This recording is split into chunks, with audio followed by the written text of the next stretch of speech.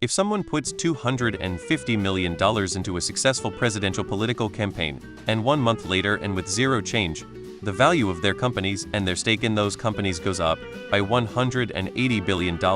What does that mean to everyone? That maybe y'all should consider putting a cap on political donations and fundraising. It means that the stock market is a graph of rich people's feelings over time that has no basis in the reality of the performance of the listed company. You're definitely going to the camps for questioning this. It means Luigi was right, but too small scale. It basically screams, the system is rigged lol. Like, if you can spend $250M on a campaign, and then make $180B back, it's not really about public service, it's just an investment with insane returns. And for regular people, it's a reminder that money and power are so intertwined that democracy feels kinda optional in these situations. M45. Back in the 90s, I enjoyed reading about conspiracies. Those researchers pretty accurately described what we are seeing today. I stopped reading about them because it was affecting my mood and my mental health. So, after this election, I noticed something. The mainstream subs seem to all be in agreement that something ain't right and that the government is bad. Potentially very bad, most likely extremely bad. I decided to check out the conspiracy sub on a whim to see what was up over there. Wouldn't you know it?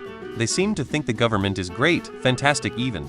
Now, back in the day, a conspiracy theorist used to be, by default, opposed to the government. Now, I see that the whole mindset of both mainstream thought and conspiracy theorists have done a complete flip. Up is down, left if right. This world makes no sense anymore. And I don't like the looks of things in the near future. I don't know what I'm trying to say here. Just an observation more than anything, really. I would say that they not only donated money, but also controlled the lines of communication. America used to break up monopolies so they could not be a threat to democracy. Back when corporations couldn't donate to politics because they weren't people. Back to when there were political donation limits. 3 major guardrails were moved so corporations can buy presidents and own America. Now it's a dollar store. I don't want to care anymore. There's nothing I can do about it.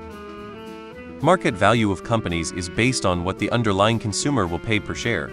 The government can't increase the price of a company. This run-up is similar to GameStop. People are willing to pay a higher price than its intrinsic value. Tesla is at a 120p ratio, which is insane.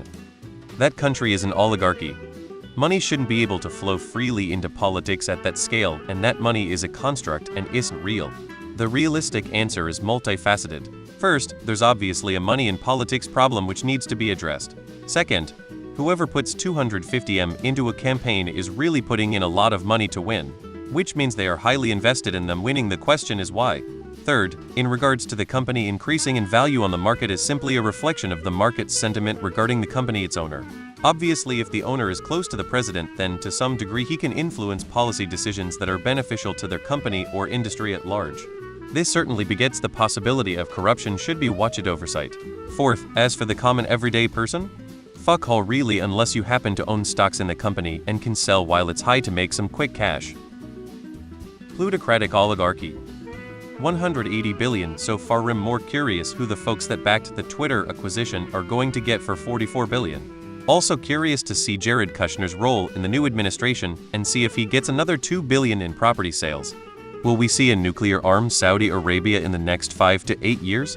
Anyone with any sort of short-term historical knowledge knows any nuclear weapons in the Middle East is a terrible idea. It buys an office at the White House so that you can keep a close eye on your investment. It means the eggs aren't getting cheaper, guys, they never were. That country's government is not working for the people, instead it is working for the man that funded it. It means capitalism, and Citizens United are finally working together like we have been told they would, and we didn't care. It means we're fucked. What does it mean to me? Nothing. I'm still broke.